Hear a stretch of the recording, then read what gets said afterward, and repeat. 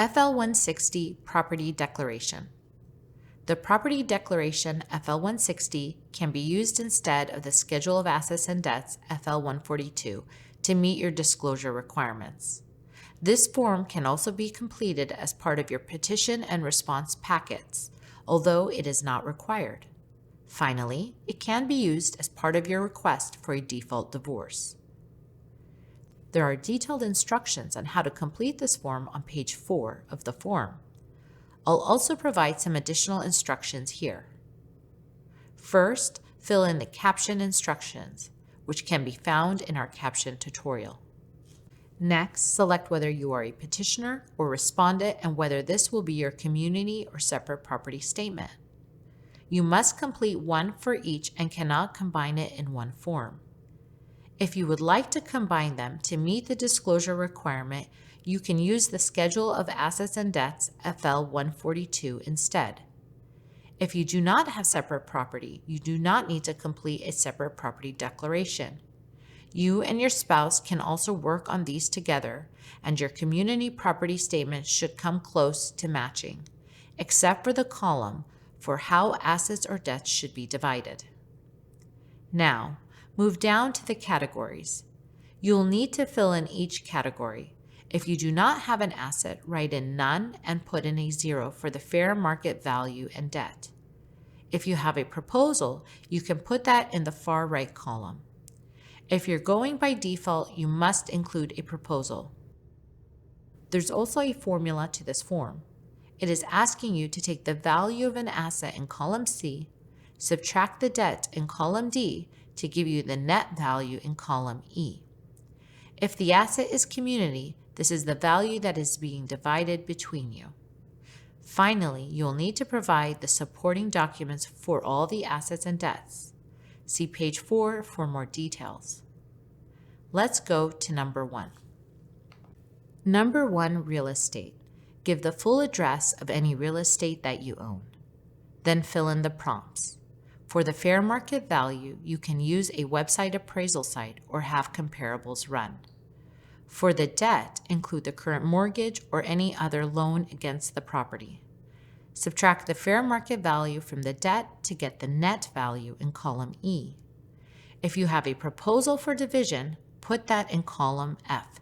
For example, if you want it sold, you can write sell for each person or put 50% of the value in each person's column. For 2, household furniture, furnishings, and appliances, you can simply put miscellaneous, already divided between the parties, or you may list the items with their values.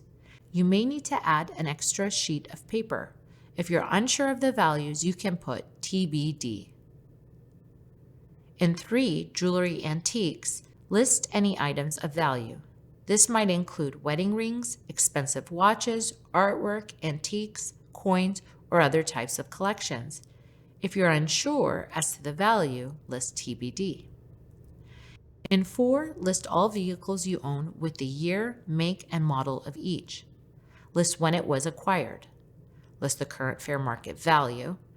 This can be done by going onto Kelley Blue Book's website. If there is a loan on the car, put that information as well. It is helpful to list after each vehicle who drives the vehicle. You may put an H for husband, or a W for wife, or the person's name. Finally, if you have a proposal for division, you may include it. Savings accounts. List all savings accounts with the account number. This may be written with the last 4 digits of the account. After the account name, write in who owns the account. Either put in their name or husband, wife, or joint. Write the date the account was open, the value of the account as of the day of the statement included, or the day you complete the FL-160. Do the same for number 6 and 7 as you did in number 5. For cash in number 8, you may write minimal on hand.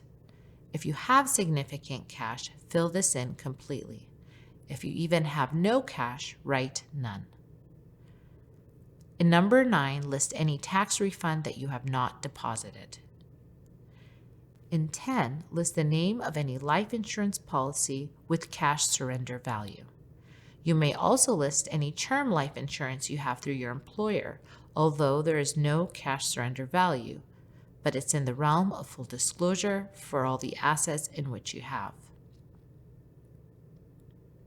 In 11, list all the mutual fund accounts with their account numbers. Write in after the account name whose name is on the account. Fill in the remaining prompts as discussed in number 5. In 12, list all retirement and pension plans. Write in after the plan name who owns the account, whether husband, wife, or write in the name. Write the date the account was opened if known. Write the value of the account as of the statement provided or the day you complete the 160. For number 13, list all profit sharing, annuities, IRAs, and deferred compensation accounts. Write in after the plan name who owns the account, either by name, husband, or wife. Write the date the account was opened if known. Write the value of the account as of the day you completed the FL-160 or the statement you provided. In 14, this means someone owes you money. List any that you may have. In 15, list any partnership or business interest that either you or your spouse own. In number 16, list any other assets such as children's accounts, airline miles, or credit card points, or even timeshares. Write in after the asset in whose name the account or asset is listed. If it's a child's account, state which parent holds the account for the benefit of the child. In number 18, total all assets from both pages 1 and 2.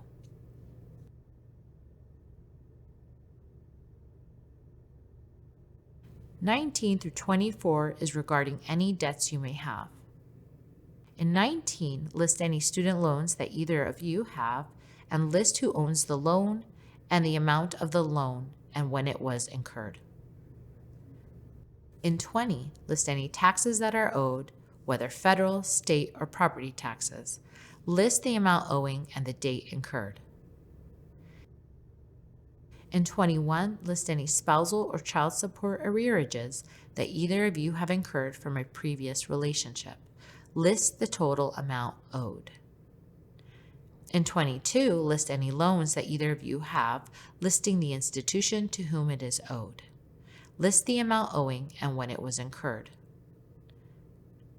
In 23, list all credit card accounts with the account number.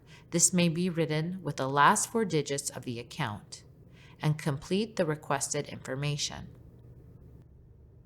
In number 24, list any other debts that either of you may have with the amount owing and the date incurred. In number 26, total the amount of debts from this page. For all assets and debts you listed, if you have a proposal, make sure to include it. If you're including this as part of a default, you must include your proposals. At the bottom of the page, date, print your name, and sign.